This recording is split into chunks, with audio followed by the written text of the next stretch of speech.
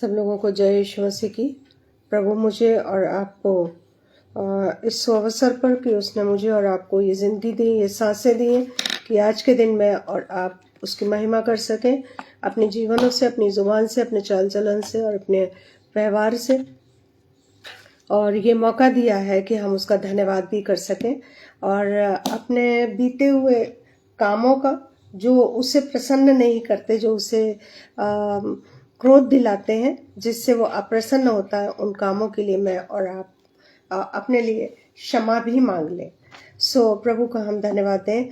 और मैं धन्यवाद देती हूँ प्रभु का कि उसने फिर से मुझे आप लोगों के बीच में जोड़ा कि प्रभु के उस वचन को जो मेरे और आपके लिए इस समय में, इस तैयारी के समय में ज़रूरी है, उस वचन के द्वारा मैं आप लोगों को और अपने आप को आशीषित कर सकूं। मैं उसका धन्यवाद करूंगी और धन्यवाद करूंगी मैं आगरा मसीही मंडली का, जिन्होंने मुझे अपने पेश पर प्रचार के लिए या उस वचन के लिए बुलाया है जो प्रभु को भाता है कि उसके अपने लोग उसके वचन में और उसकी पवित्र सहभागिता में और उसकी पवित्र उपस्थिति में बने रहें। हम लोग भाग्यशाली हैं कि प्रभु की ओर से मुझे और आपको ये सर्वोपरि मौका मिला कि हम उसकी संगति में उपस्थित होंगे। जैसे जैसे लोग जुड़ेंगे अपने समय अनुसार या अपनी सुविधाओं अनुसार, प्रभु की ओर से आप सब लोगों को बहुत बहुत बहुत बहुत स्वागत।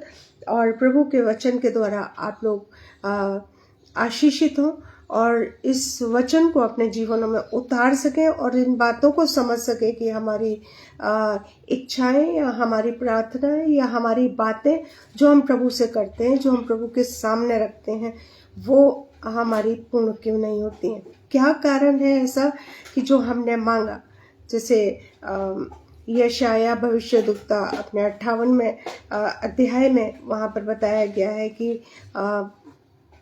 लिखता है कि वचन हमें बताता है कि हमने तो उपवास रखा, मगर प्रभु ने उस बात का मैं आपको पढ़ के बता देती हूँ। हालेलुया। 58वां अध्याय यशाया 58 और उसकी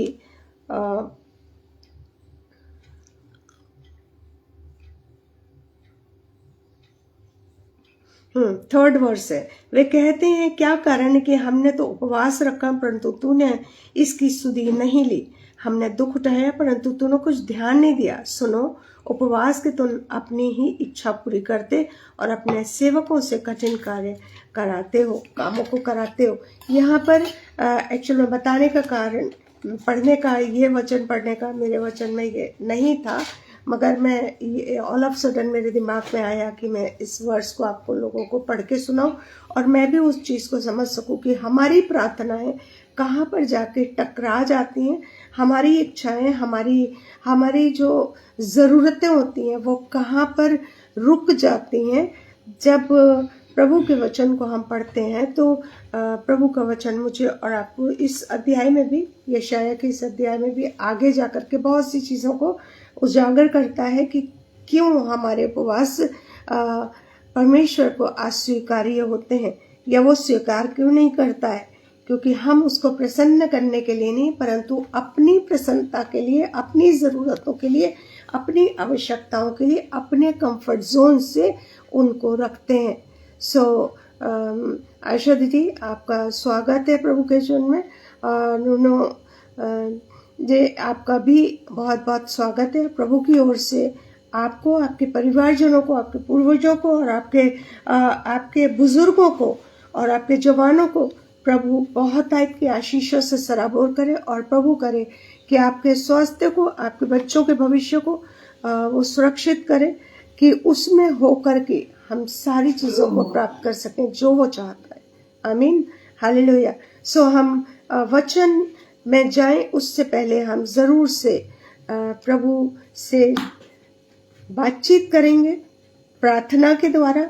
और हम प्रार्थनाओं में अपने मनों को, जो हम मनुष्य के सामने नहीं खोल सकते, उन शब्दों को, जिन शब्दों को हम प्रभु के सामने खोल दें, उन शब्दों का प्रयोग हम प्रभु परमेश्वर के पिता, जो दयालु है, जो कृपालु है, जो रहम बख्श परमेश्वर है मेरा और आपका, उसके सामने हम अपनी इच्छाओं को रखें, खोल कर बता दें, अपने मुंह को खोल करके अपने मनों की बातों को उसको बता दें, ताकि वो सुने और सुन करके मुझ पर और आप पर रहम करके, अपनी दया करके, हमारे कामों के अनुसार नहीं, क्योंकि वचन कहता है हमारे काम तो एक मैले चिथड़ों के समान है। मैले चिथड़े कैसे होते हैं? जिसको शायद मैं और आप छूना भी नहीं मांगते। छूना क्या? देखना भी नहीं मांगते, अपने घर में पसंद भी नहीं करते। जहां पर हम चिथड़ा सा, गुदड़ा सा, गंदा सा कोई कपड़ा देखते हैं तो हम क्या कहते हैं? इसके बाहर फेंको, और बाहर अपने सर्वेंट या अपने आप से हम उसे बाहर फेंक देते हैं। उसको घरों से, अपनी जिंदगियों से उसको बेदखल कर देते हैं। ऐसे ही मेरे और आपके धर्म के काम परमेश्वर की नजर में क्या है? मैले चिथड़ों के समान है, जिसे जब हम बर्दाश्त नहीं कर सकते वो मैले चिथड़े, तो परमेश्वर क्या ही जो करेगा। आमीन। सो मैं और आप अपने उन बातों को जो परमेश्वर सुनता और अपनी दया के अनुसार पूरी करता है, अपनी इच्छा के अनुसार पूरी करता है, अपनी योजनाओं में पूरी करता है, ऐसी हम विनती प्रार्थना उससे कर सके और उससे हम फिर प्राप्त भी कर सके अपनी प्रार्थनाओं के द्वारा। सो आइए हम उससे बातचीत करें, और उसके बाद समय होगा प्रभु की ओर से कि मैं और आप उसके वचन के द्वारा वो हमसे बातचीत करेगा।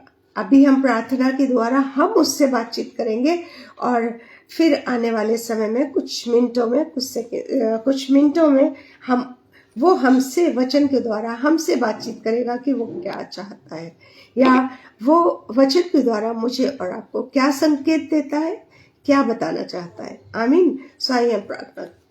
धन्यवाद धन्यवाद धन्यवाद स्वामी, हम तेरा कोटि कोटि धन्यवाद करते हैं, तेरा गुणनवाद करते हैं, तेरी प्रशंसा करते हैं, तेरी महिमा करते हैं, तेरे गुणानुवाद करते हैं पिता परमेश्वर, उन बातों के लिए जो हमारे जीवनों में गो कि हम इस लायक नहीं थे, परंतु तूने फिर भी अपनी अति करुणा से, अपनी दया से, अपने उन रहमों से पिता परमेश्वर, उन अनुग्रहों से पिता परमेश्वर,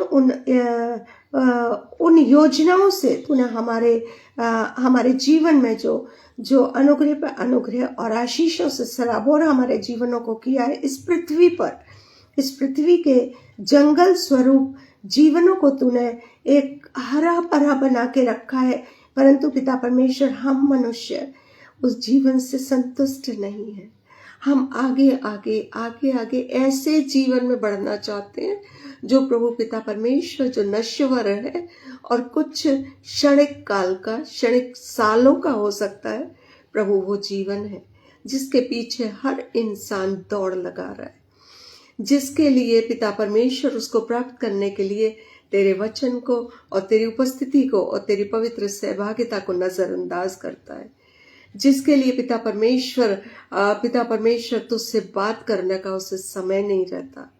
प्रभु खुदावंद खुदा, जब हमारे मन में, हमारे हृदय में जब पवित्र आत्मा ये संकेत देती है कि चलो आप प्रभु के पास बैठो, उसके वचन से कुछ सीखो, उसके वचन को पढ़ो और अपने मनों के शुद्धिकरण करो, तो पिता परमेश्वर हमें आलस आता है, हमें पिता परमेश्वर हम टालने वाली आत्मा आकर के हमें वो समय आगे कर देती है कि खुदावंद खुदा हम थोड़ी देर में, शाम को, दोपहर में या कभी भी ऐसे करके, या कल खुदावंद खुदा ऐसे विचारों से घिर करके हम तेरी संगति को, तेरे वचन को और तेरी पवित्र उपस्थिति को प्रभु पिता परमेश्वर पोस्टपोन कर देते हैं।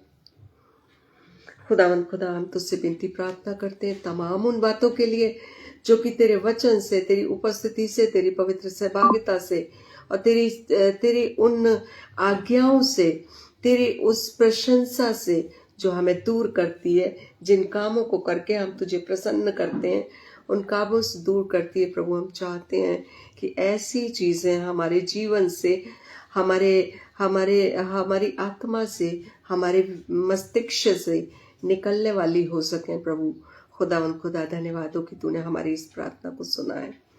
प्रत्येक जन जो अपने समय अनुसार अपने अपने अपने पिता परमेश्वर इच्छा अनुसार खुदावंद खुदा जो इस वचन में जुड़ते हैं प्रभु, उनकी ज़रूरतों को, उनकी कमी घटी को, उनकी इच्छाओं को, उनकी उन बातों को पिता परमेश्वर जिसको वो चाहते हैं कि आवश्यक है कि ये बातें पूरी हों, तो वो तुझसे मांगते हैं प्रभु पिता परमेश्वर। अपने भंडारों को अपनी योजनाओं के तहत हो करके पिता परमेश्वर हर एक की प्रार्थना को सुनना और हाँ और आमीन में कबूल करना प्रभु। खुदावंद खुदा इनके दुखों को, इनकी परेशानियों को, इनके हर एक उस बात को पिता परमेश्वर जिससे ये दुखित हैं, मुसीबत में हैं, गमज़दा है प्रभु पिता परमेश्वर, शोकित हैं, खुदावंद खुदा हर चीज़ को तेरे अधिकार में देते हुए विनती प्रार्थना करते कि अपनी शांति, अपनी सामर्थ, अपनी उपस्थिति, वचन की उपस्थिति और तेरी पवित्र सहभागिता से इस सब चीज़ों को ओवरकम करने वाले हो सके प्रभु।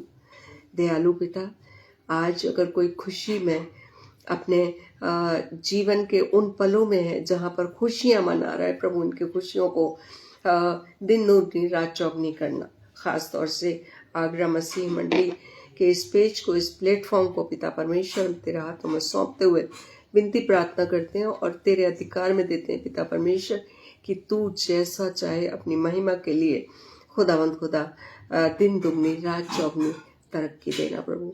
इनके चलाने हारों को पिता परमेश्वर, अनुपम डेविड जी को और शबनम सिस्टर को प्रभु पिता परमेश्वर वो बलबुद्धि ज्ञान देना पिता परमेश्वर के इस संसार में ये प्लेटफॉर्म को चलाने के लिए प्रभु तेरे सामर्थ के द्वारा, तेरे वचन के द्वारा और तेरी इच्छाओं में, तेरी आज्ञाओं में होते हुए प्रभु इस प्लेटफॉर्म को भली भांति से चला सकें, ताकि हजारों करोड़ों जिंदगियां यहाँ से प्रचार किए हुए वचन के द्वारा अपने आप को, अपनी आत्मा को, अपने जीवन को, अपने मनों को फिरा सकें, शुद्ध कर सकें और तेरे लायक बना सकें। हर बात में तेरा धन्यवाद देते हैं। हर बात का अधिकार, चाहे हमारे छोटे या बड़े काम का है, चाहे वो कम लम्हे का है, चाहे वो ज़्यादा समय का है, प्रभु पिता परमेश्वर हर अधिकार तेरे हाथ में सौंपते हुए इस विनती प्रार्थना को तेरे ही पवित्र बेटे यीशु मसीह के वसीले से मांग लेते हैं। सुन ले और ग्रहण कर ले। आमीन, आमीन, आमीन। एक बार फिर से आप सब लोगों का मैं स्वागत करती हूँ और जय यीशु मसीह की बोलती हूँ कि प्रभु करे आप सब लोगों को आपकी प्रार्थनाओं के द्वारा जो आप मांगते हैं वो प्रभु उनको पूरा करे। और नूनू जी, आप ज़रूर से एग्जाम्स में अपने सफल होंगे।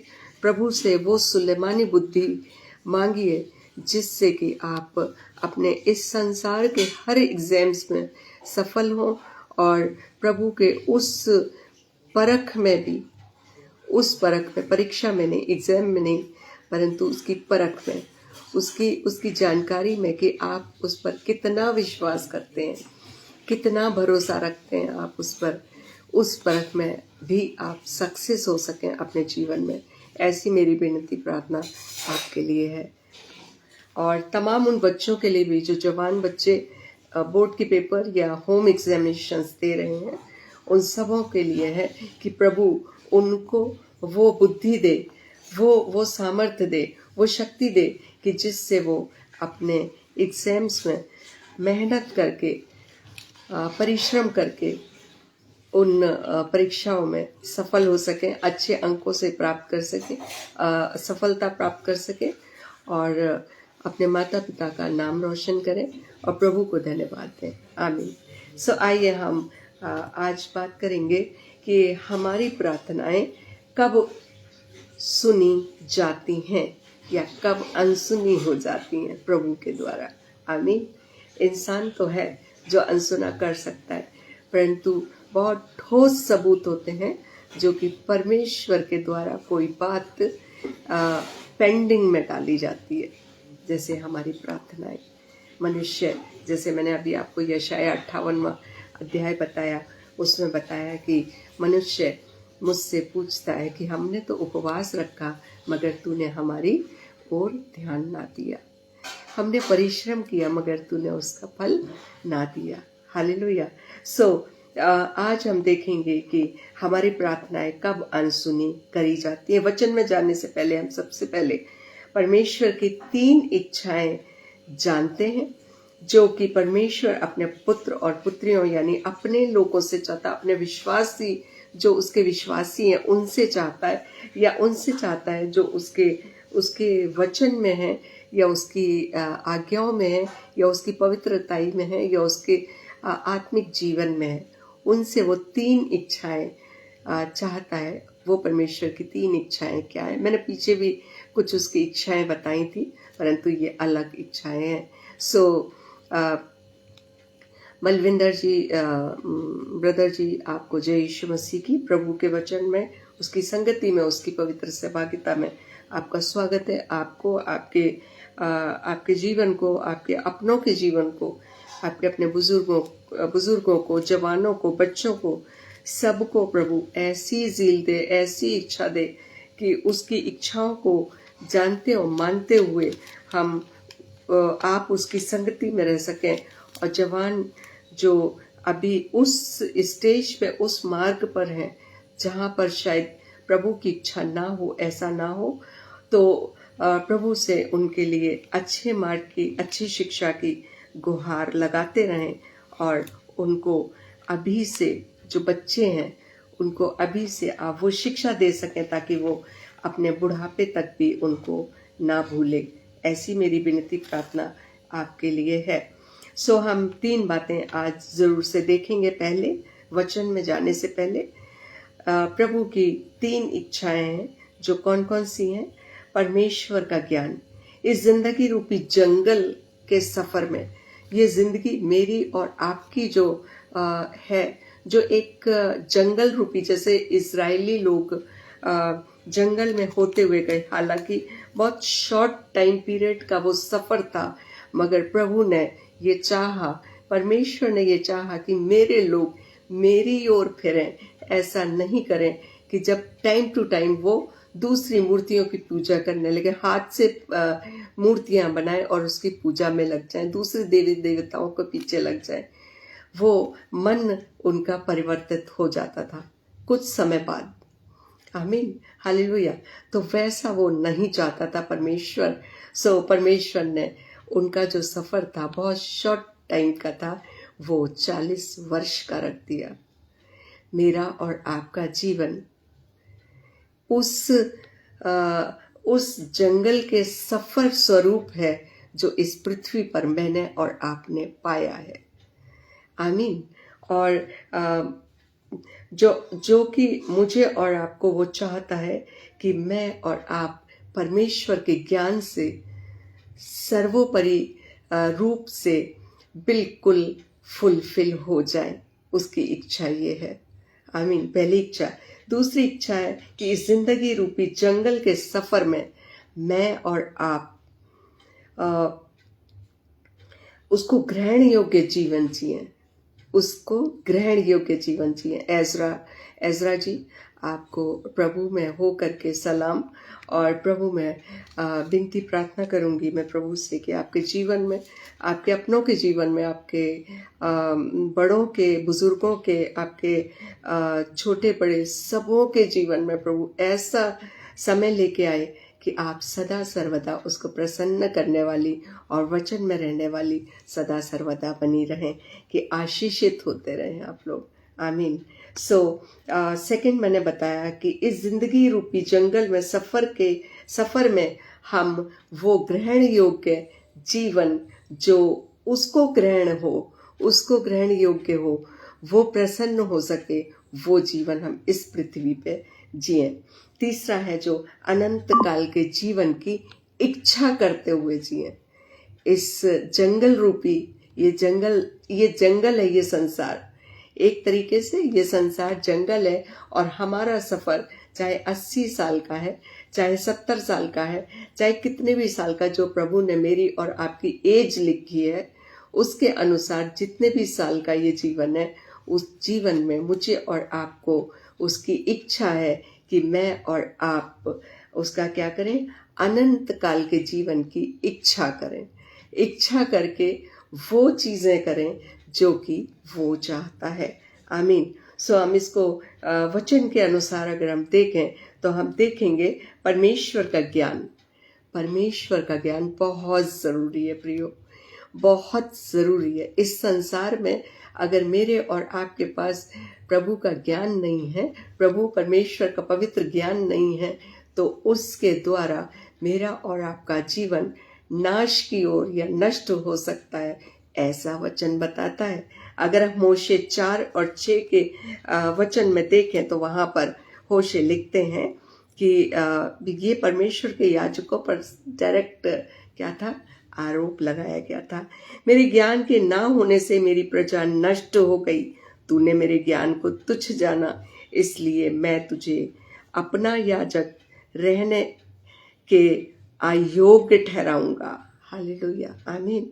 इसलिए तू अपने परमेश्वर की व्यवस्था को तज दिया है, इसलिए कि तूने अपने परमेश्वर की व्यवस्था को तज दिया है, मैं भी तेरे बाल बच्चों को छोड़ दूंगा।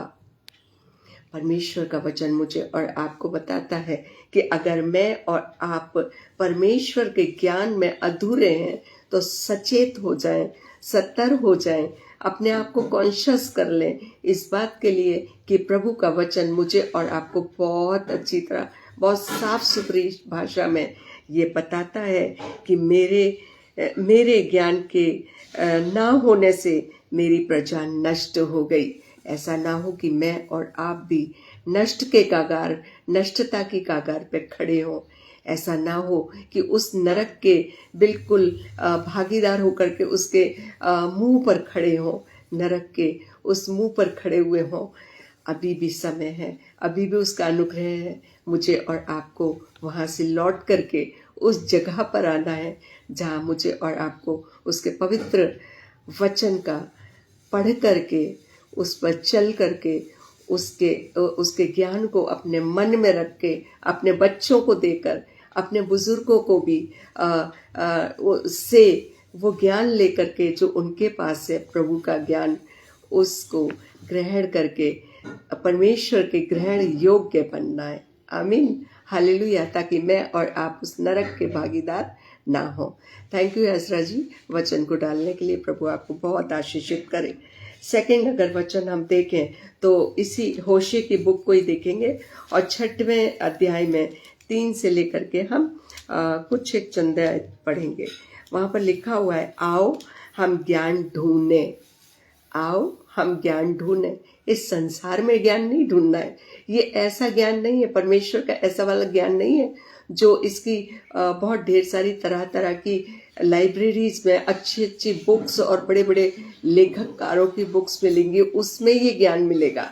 ये ज्ञान सिर्फ पवित्र वचन में मिल सकता है मुझे और आपको, जो स्वतः ही परमेश्वर ने अपने आप से अपने दासों के द्वारा लिखवाया है।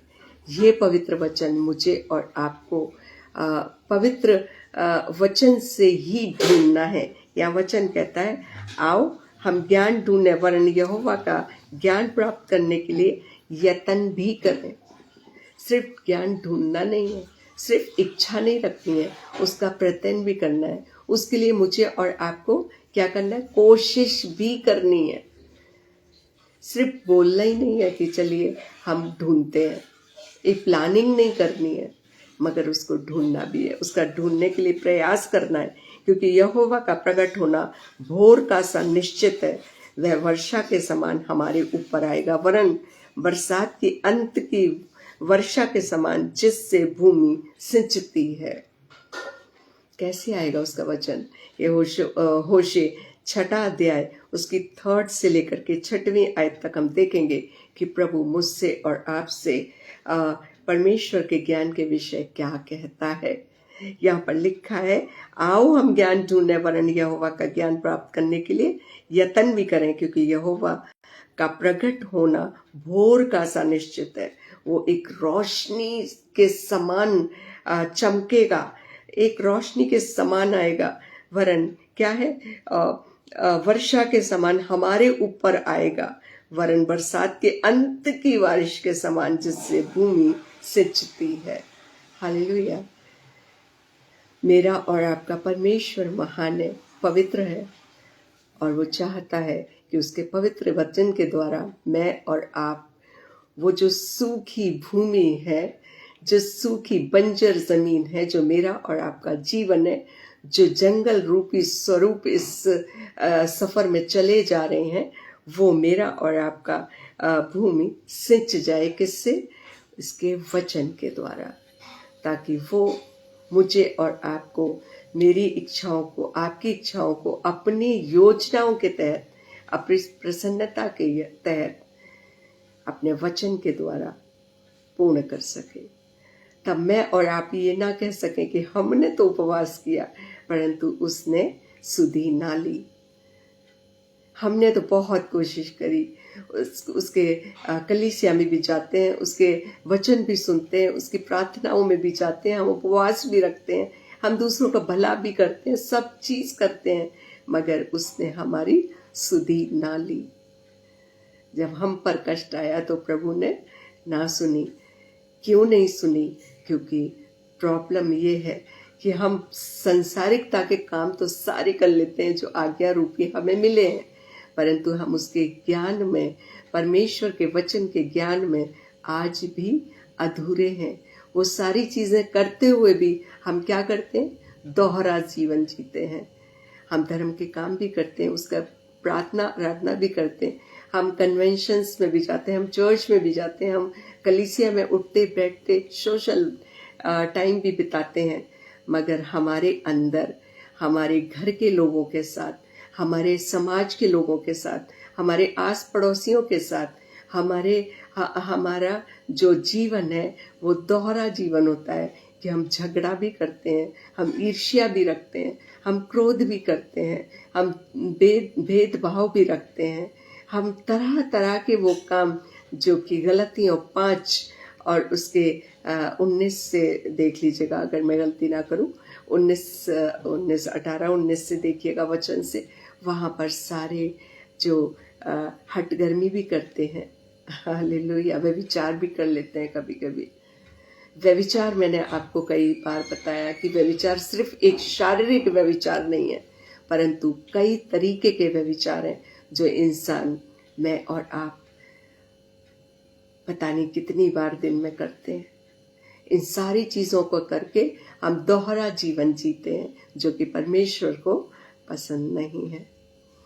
और क्यों करते हैं? क्योंकि हमारे पास वो ज्ञान की कमी होती है जो परमेश्वर का वचन है। उस ज्ञान की कमी से हम वो काम कर लेते हैं जो कि नहीं करने चाहिए, उसको अप्रसन्न करते हैं। आमीन, हालेलुया। आगे देखा तो लिखा है, हे एफ्रेम, मैं तुझसे क्या करूं? तुझसे क्या करूं? हे यहूदा, मैं तुझसे क्या करूं?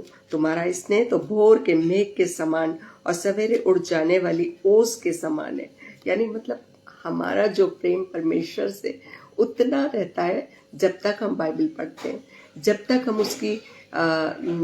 तक हम उसकी आराधना प्रार्थना करते हैं।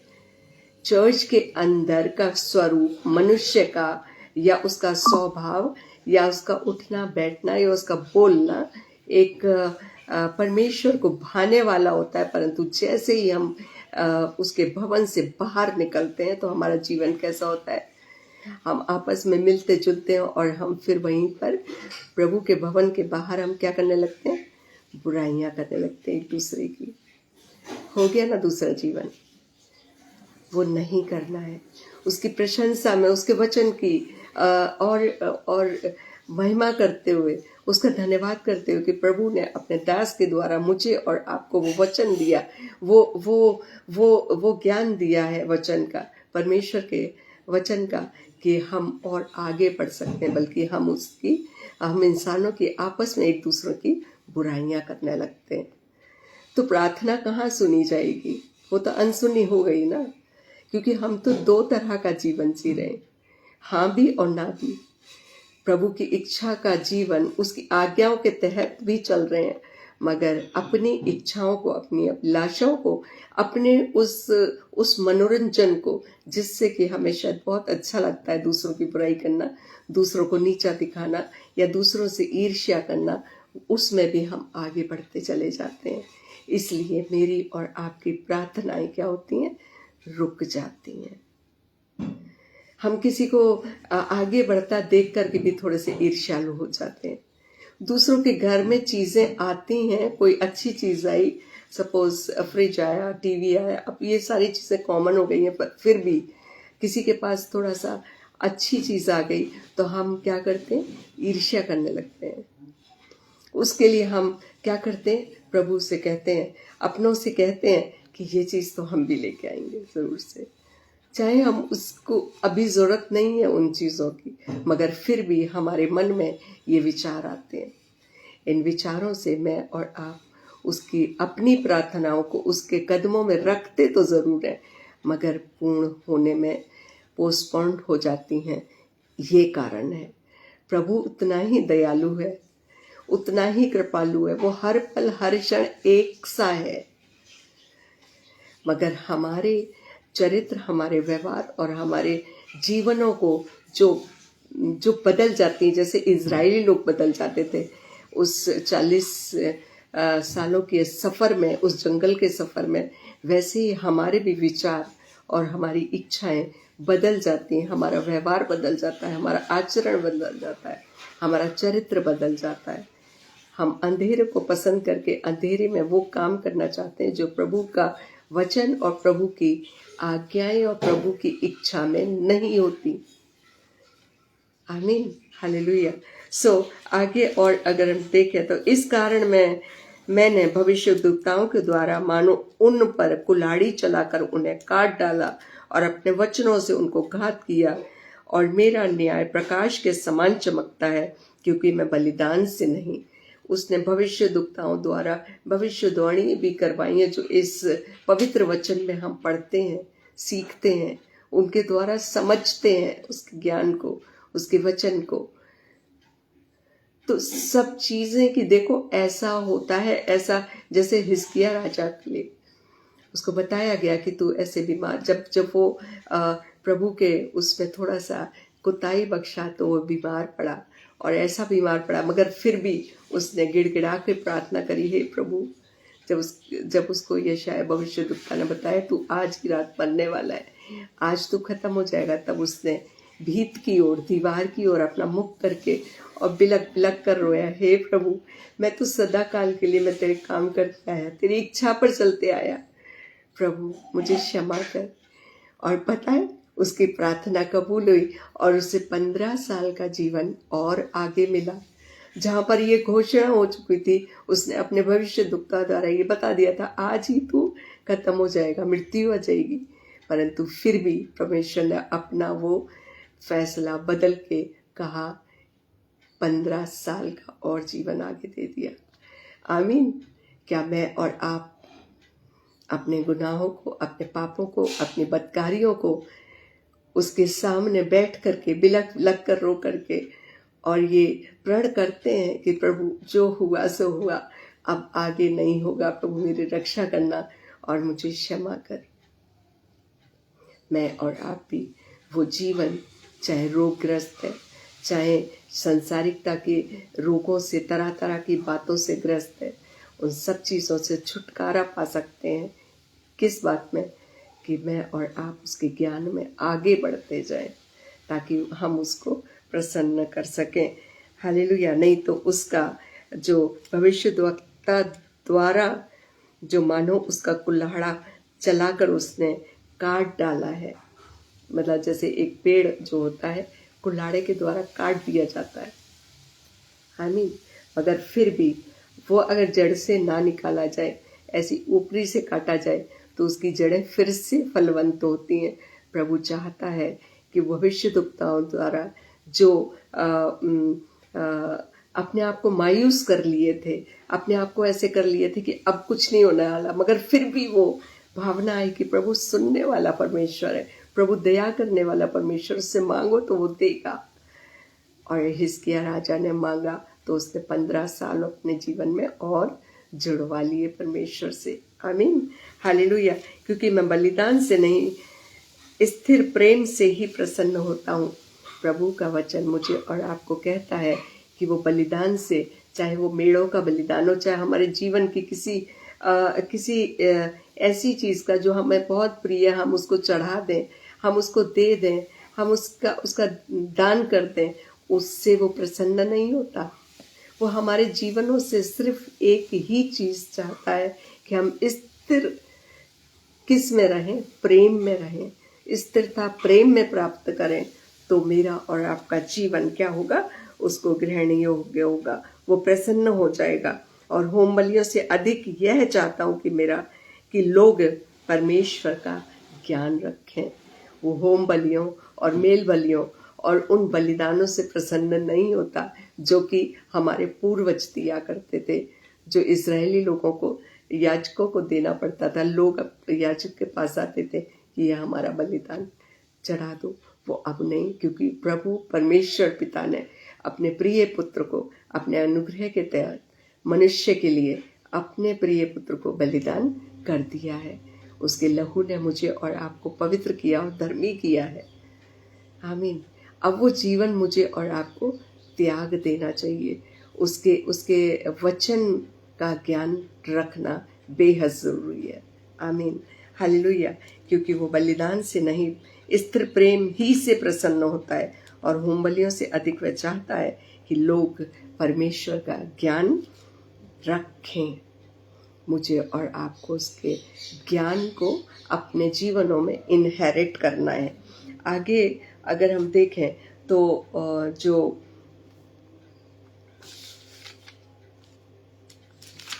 आगे देखेंगे तो उसमें जो सेकंड है, उसमें है संसारिक, इस संसारिकता के जीवन रूपी जंगल में, इस सफर में उसके परमेश्वर यानी उसके ग्रहण योग्य जीवन को जिए। हमें अपना जीवन जो इस संसार और पृथ्वी पर जो पाया है मैंने और आपने, उसके ग्रहण योग्य बनाए कि वो हमारे हृदय रूपी मंदिर में घूमा फिरा या चला फिरा करे, जैसे फिलिपियों बताता है ना, या जैसा वो चाहता है हम अपने जीवनों से करें और अपने आप को पापों से जो संसार में है दूषित होने से बचा लें, नाश होने से बचा लें। ये मुझे और आपको प्रभु का वचन अगर देखेंगे तो हम देख सकते हैं। व्यवस्था विवरण 8वां अध्याय और उसकी 2 और 3 वर्ष में लिखा हुआ है। यहाँ लिखा है, स्मरण रख कि तेरा परमेश्वर यहोवा उस 40 वर्षों में तुझे सारे जंगल के मार्ग से इसलिए ले आया कि वह तुझे नम्र और तेरी परीक्षा करके यह जान ले कि तेरे मन में क्या क्या है और तू उसकी आज्ञाओं का पालन करेगा या नहीं। मनुष्य जो है वो बार बार क्या करता है, बदल जाता है, मन बदल लेता है। शायद बहुत सारी मुसीबतों के द्वारा, शायद जो उसके जीवन में उतार चढ़ाव हो रहे हैं उसके द्वारा वो खेदित हो जाता है और उन सारी चीजों को बदल लेता है कि अब मुझे नहीं करना। बहुत से लोगों को मैंने देखा है, उनके पुत्र या पुत्री या उनकी संतान में से कोई बहुत ज्यादा बीमार हो जाता है और बीमारी के होने के तहत या ऑल ऑफ सडन एक्सीडेंट या कुछ भी किसी भी कारण से वो इस दुनिया से चले जाते हैं।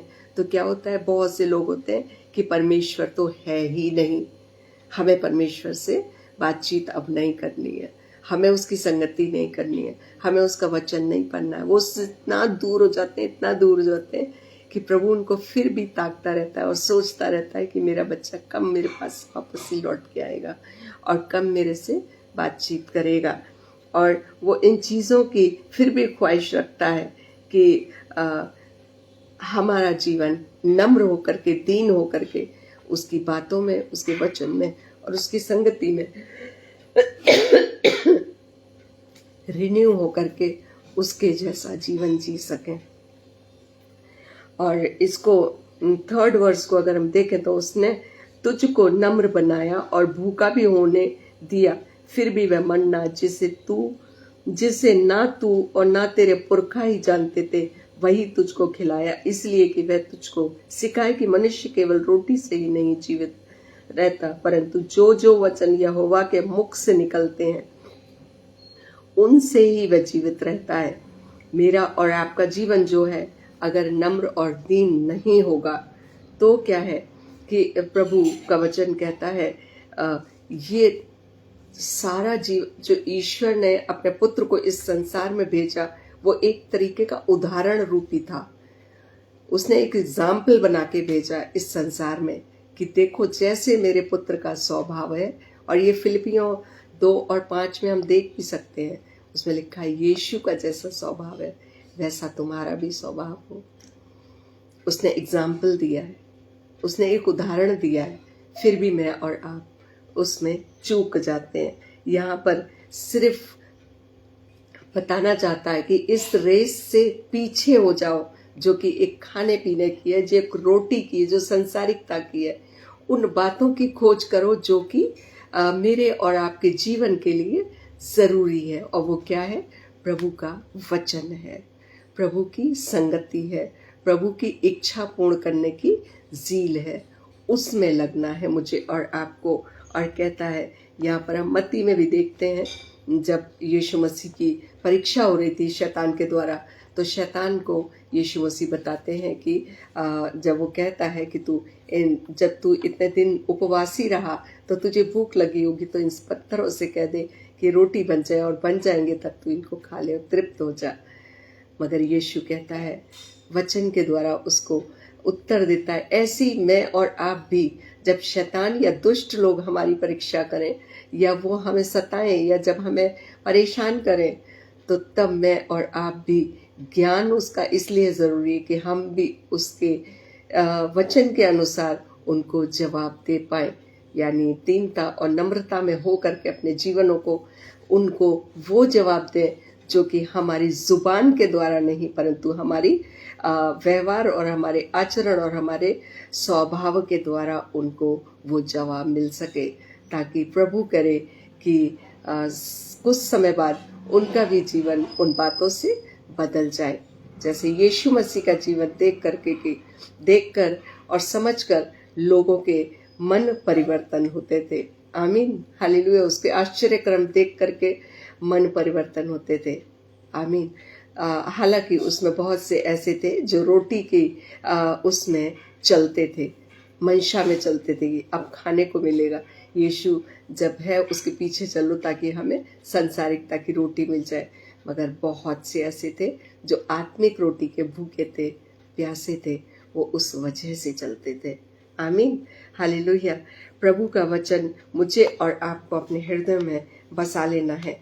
थर्ड अगर हम पॉइंट देखें तो जीवन, अनंत जीवन की इच्छा रखना मेरे और आपके परमेश्वर की इच्छा को पूरा करता है। परमेश्वर की इच्छाएं मैंने आपको 3 बताई थी, और 3 में से हम तीसरी सीख रहे हैं। पहली थी परमेश्वर का ज्ञान जानना जरूरी है, क्योंकि ये जो हमारा जिंदगी है, जो इस संसार में है, जंगल रूपी संसार है। ये संसार में मैं और आप जब इस जीवन को जी रहे हैं, तो उस अपने जीवन में उसके वचन का रखना बेहद जरूरी है, ज्ञान रखना बेहद जरूरी है। जो हमने होशे 4 और 6 और 6 की 3 से 6 में देखा था।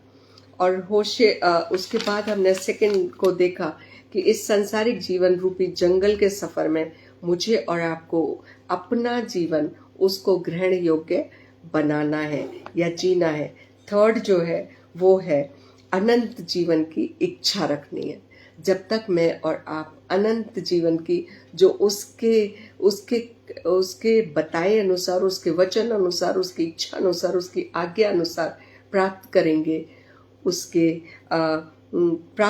उसकी इच्छा रखना ही मेरा और आपका एक तरीके से मैं और आप उसकी इच्छा को पूरा करेंगे। और इसको अगर हम देखें तो हम देखेंगे यूहन्ना 3, जॉन चैप्टर 3 और उसकी 27th वर्स।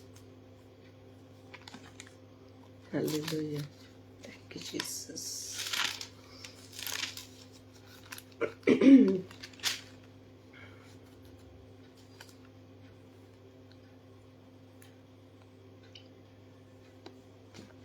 सॉरी 3 नहीं है, 6 है।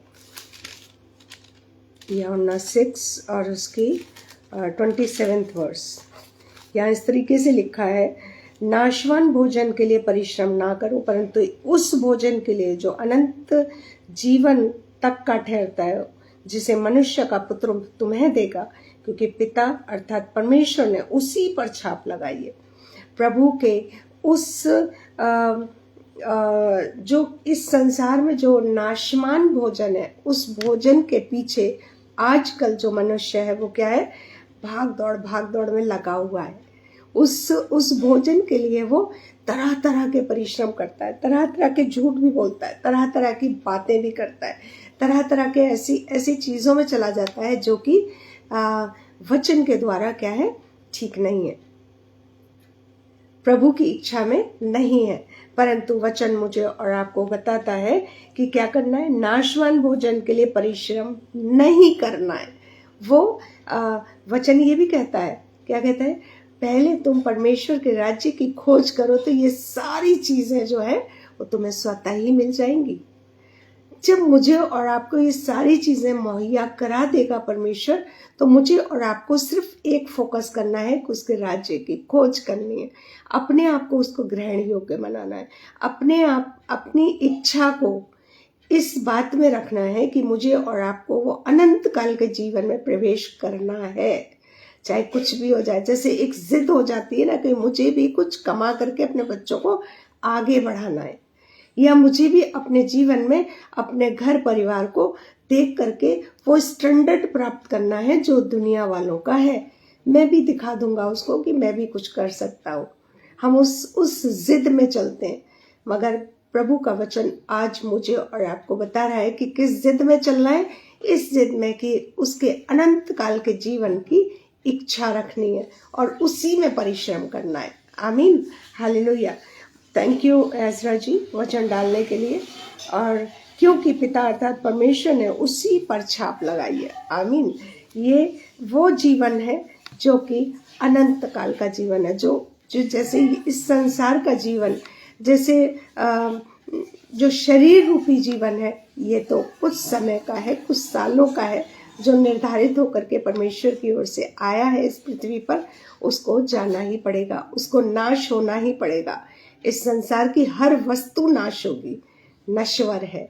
इन वस्तुओं पर, इस जीवन पर फोकस नहीं करना है, परंतु उन चीजों पर जो कि अनंत काल के लिए हैं, यानी जैसे परमेश्वर का वचन, परमेश्वर की संगति, परमेश्वर की उपस्थिति, परमेश्वर का स्वभाव, जो मुझे और आपको अनंत काल के जीवन की ओर लेके जाएगा। और जिसको क्या करता है परमेश्वर ने उसी पर छाप लगा दी है। देखें, अगर हम तो मत्ती 6 और उसकी 33 वर्स में देखेंगे, मत्ती 6 और उसकी 33 वर्स में देखें तो वहां पर लिखा हुआ है, इसलिए पहले तुम परमेश्वर के राज्य और उसके धर्म की खोज करो तो ये वस्तुएं तुम्हें मिल जाएंगी। परमेश्वर के राज्य की, उसके अपने आप के लिए अनंत काल के जीवन की खोज करनी है, उसके लिए लगना है, उसके लिए फोकस करना है। तो जीवन की जितनी भी हमारी जरूरतें हैं परमेश्वर क्या करेगा, पूरी कर देगा। सच मानिए, ये बेहतर, ये अच्छा है और ये सच है कि क्या है कि परमेश्वर, मैं सोचती हूँ कि परमेश्वर किसी को भी भूखा उठाता तो बेशक है, इंसान भूखा उठता तो बेशक है, मगर भूखा सुलाता नहीं है। इंसान कभी भी भूखा सोता नहीं है। आमीन, हालेलुया। वो मजबूर बच्चे, वो मजबूर महिलाएं या वो मजबूर इंसान जरूर होते होंगे जिन्हें किडनैप किया गया होगा, परंतु प्रभु की दया, अति करुणा उन पर भी फलवंत होती है और वो भी एक बार को वहां से निकलते हैं, उस बंधन से छूटते हैं। हालेलुया, आमीन, अगर वो उस पर भरोसा रखें। इसलिए पहले तुम अपने राज्य की खोज करो तो ये सारी चीजें मिल जाएंगी। लेकिन आज का मानव, विश्वासी या उसकी संतान, इन तीनों बातों और चीजों से बहुत दूर।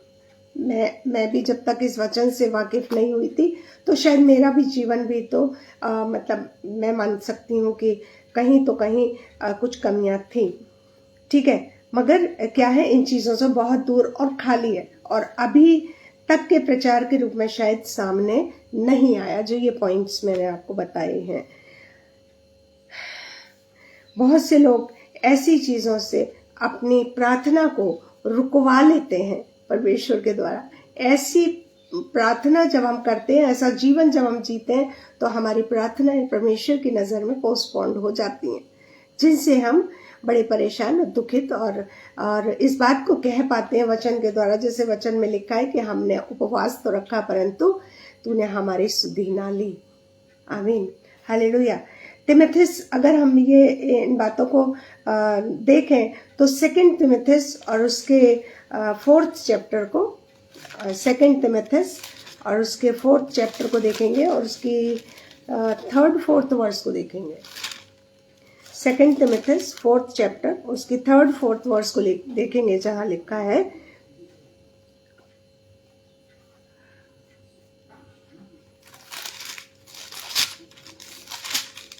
फोर्थ चैप्टर उसका 3rd 4th वर्स, क्योंकि ऐसा समय आएगा जब लोग खरा उपदेश ना सह सकेंगे, परंतु कानों की खुजली के कारण अपनी अभिलाषाओं के अनुसार अपने लिए बहुत से उपदेशक बटोर लेंगे और अपने कान सत्य से फेर करके कथा कहानियों पर लगाएंगे। आज के मनुष्य का जीवन सिर्फ यही है कि अगर खरा जब बोला जाता है, खरा प्रचार किया जाता है, तो उस प्रचार को वो पसंद नहीं करते। किस वचन को कौन से प्रचार को, किस वचन को वो ग्रहण करते हैं और पसंद करते हैं, किस प्रचारक को वो पसंद करते हैं, जो कि सिर्फ प्रभु की दया, उसकी करुणा, उसका अनुग्रह और उसकी आशीषों और बरकतों के लिए बताता है कि वो ऐसा है। मगर वो ऐसा बेशक से कि ऐसा है, वो बिल्कुल सदा सर्वदा का एक सा भला है, मगर भला किसके लिए है ये कभी बताने की कोशिश नहीं करी। वो उनके लिए भला है जो उसके साथ विश्वासघात नहीं करते, जो दो राहों पर नहीं चलते, जो उसके पवित्र वचन पर विश्वास रखते हैं और उसका ज्ञान रखते हैं। वो उनके साथ है, भलाई करता है और भरपूर भलाई वो सबके लिए करता है। सूर्य सबके लिए चमकाता है, सब उस रोशनी में आते हैं। चांद की चांदनी जो होती है वो सब मनुष्य पाती, चाहे वो दुष्ट है चाहे वो धर्मी है। बहुत सी आशीषें ऐसी है जो समानतः सब पर पड़ती हैं, मगर विशेष आशीषें, विशेष जीवन उसको मिलता है आश्चर्य तरीके से, जो कि जैसे बहुत से लोग यूँ कहते हैं प्रभु की आशीष बहुत है, मेरा बच्चा पढ़ लिख गया। आपका बच्चा पढ़ लिख गया ये तो आपके ऊपर डिपेंड किया, आपने उसको पढ़ाया लिखाया इसलिए वो पढ़ लिख गया। यस, गो कि परमेश्वर की दया ये रही कि आप उस लायक थे, उसके पीछे आपने पैसा खर्चा किया, वो सब चीजें करी। मगर एक चीज और जो उसके पीछे है, उसके पीछे क्या है? प्रभु की दया, प्रभु की अति करुणा, कि अगर आपका शरीर इस काबिल ना रहता कि आप कमा के लाते, तो आप कैसे उस पैसे को खर्चा कर पाते, कैसे उस पैसे को बटोर पाते और कैसे अपने बच्चे के लिए दे पाते। मैं यहाँ पर एक अपनी गवाही छोटी सी आप लोगों को बताऊंगी, जो बहुत अद्भुत है और मैं उस गवाही को बताने में शर्माती नहीं हूँ। मैं प्राइवेट टीचर रही, प्राइवेट स्कूल की टीचर, और बहुत अच्छा सफ़र रहा उस टीचिंग टाइम में।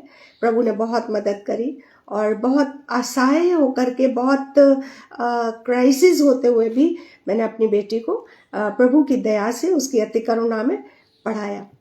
और वो स्कूल में क्रिश्चियन ही स्कूल थे, अपने ही लोग थे, उनके संरक्षण में मैं रही और उन्होंने मुझे एक कमरा दे रखा था। मैं और मेरी बेटी और मेरी मम्मी रहते थे, और हम बहुत कमी घटी में भी होते हुए भी हम कभी असंतुष्ट या हम मतलब किसी चीज़ की चिंता हमारे दिमाग में नहीं आई, कभी भी नहीं आई कि अब आगे क्या होना है। बेटी पढ़ती गई, इंटर किया उसी स्कूल से, और इंटर करने के बाद उसने बीएससी किया। बीएससी करने के बाद तब थोड़ा सा लगा कि हमने कहाँ से इसको बीएड कराना है, क्योंकि मेरी इच्छा थी बीएड करना है, उसकी इच्छा कुछ और थी मेडिकल लाइन में जाने की। बट वो हमारे मतलब हमारे उसमें जोन में वो था नहीं। हालांकि मैंने उसे बीएससी नर्सिंग के लिए भेजा, बट कुछ ऐसे वहाँ पर जिस जगह भेजा था वहाँ पर ऐसे कुछ इश्यूज हुए जो कि एक दुष्ट जन जो लड़कियों को उठा लेता था, ऐसा वाला उस शहर के लिए सुना गया, तो मैं अपनी बेटी को वापस ले आई थी। और फिर मैंने उसको बीएड कराना चाहा, और बीएड करने के लिए जहाँ पर हम गए लखनऊ में क्रिश्चियन स्कूल में, मगर वहाँ एडमिशन नहीं मिल सका। पर फिर उसके बाद क्योंकि ईश्वर का इंतज़ाम कहीं और था, फिर हमें एक सर थे, एक भाई साहब थे, भाई थे जो कि क्रिश्चियन ही थे, और उन्होंने हमें देखा, मुझसे पूछा क्या हुआ सिस्टर आप ठीक तो है? मैं कहा मैं बेटी की चिंता के लिए ये वाला है कि मुझे कहाँ कराना है। उन्होंने कहा अरे इलाहाबाद करवाइए, और उन्होंने फॉर्म मंगवाया, हमने भर के उन्हीं को दिया, उन्हीं ने भेजा, और हमें टेस्ट के लिए बुलाया गया बेटी को, और 300 बच्चों में उसने 16th नंबर पाया। हालेलुया। वो अचंभित था जब हम इंटरव्यू के लिए गए। हालांकि मैं फीस पूरी लेके गई थी, प्राइवेट स्कूल में जॉब करती थी, वहां से मैंने कुछ एडवांस उठाया, कुछ ऐसी चीजें हुई कि मैंने किसी अपनों से कुछ ले करके उसको पूरा किया फीस को, और कैश लेके गई एक अटैची में, क्योंकि इतनी समझ नहीं थी कि मुझे क्या लेके जाना है, तो मैं कैश लेकर के गई, और पूरी होल नाइट का सफर था। प्रभु ने मुझे सुरक्षित उस जगह पे पहुंचाया, और हम वहां पहुंचे।